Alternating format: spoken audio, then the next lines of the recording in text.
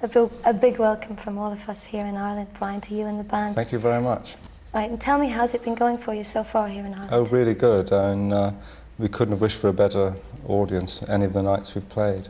We started in Limerick, and which was a great crowd in a small place, and then 3 nights in Dublin, which we've done 2 of them, and every night it's just been really good. And half of the band is from New York, and they're just amazed by the reaction, and also by the warmth of all the people they've kind of met during the day, you know, in the hotels and travelling and so on. Everybody's been so friendly. It's unbelievable.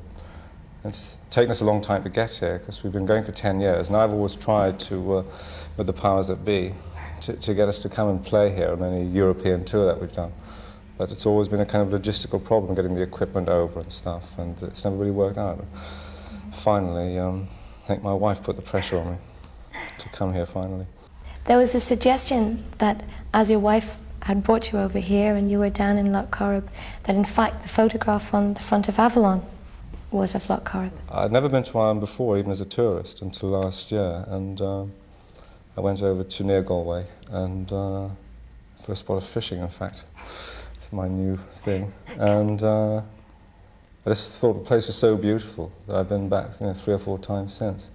I started working on the Avalon album there, on that very lake, in fact, sort of listening to tapes and stuff and just thinking about it, because when you make an album you do a lot of kind of preparatory work, you know, before you actually go into the studio. And when the record was finished, I thought it was only right to go and shoot the cover there, because that's where the album had been kind of conceived.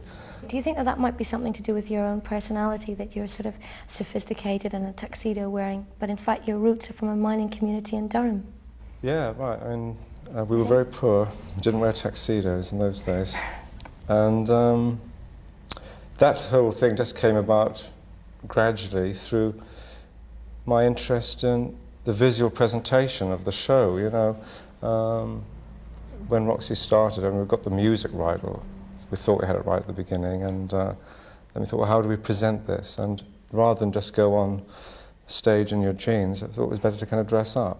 And it evolved from being kind of way out clothes, kind of a bit weird, to sort of uniforms, and then the white tuxedo, which is a sort of uniform in itself, so, you know, black tie. And those things just seemed comfortable to kind of wear on stage and so on. And there was also a bit of fun. You've got to kind of, you know, make it interesting for yourself as well as for the audience.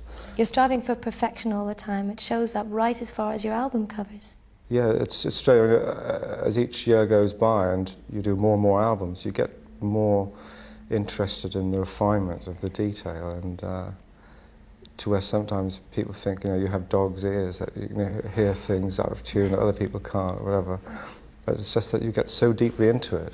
It's amazing. I mean, for a few months of the year, you become a sort of nightmare to be with, because all you're thinking about is this piece of work. You know, it's going to be a bit of black plastic that you put on a turntable. But it has all your ideas and all your feelings at that time involved in it. Bryan, about your background, about you took your degree in arts, was there anything else you might have rather have done if you didn't get into music? When I was at school, I kind of got interested in art. First of all in art history, actually, and then, you know how when you're at school you go through different phases, and at one point I thought, oh, I'd love to be a poet, and I thought, oh, well, no, I want to be a painter, and that sort of stuck. And so I went to university to study painting. And after a while, I don't know, the thing is that from about the age of about 11, my main kind of passion away from school had been music. And I hadn't played any instrument or anything, but I was just a great fan. And that interest sort of carried on, and it gradually took over from the painting thing. And when I moved to London, I started to play piano and started writing songs. That's how the music thing kind of took over. So while I was there, I kind of, I've lived there for a long time now. I was 68 when I moved to London. And Swinging London. yeah. Within then. And did odd jobs for a while, and then finally found I had enough songs to make an album and enough people to make a group, and that's been my life ever since with Roxy, and apart from the sort of solo records I've done as well. Talking about fresh work, can you see into the future? Can you see what you'll be doing? Never look forward much more than about 6 months or something. I think it's dangerous. You can't really plan ahead too far. So I just really look ahead as far as the next record, which I think will be a solo album, the next one. I think it's time for a change there.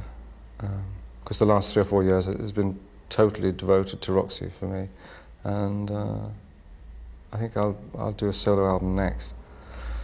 And after that, I don't know.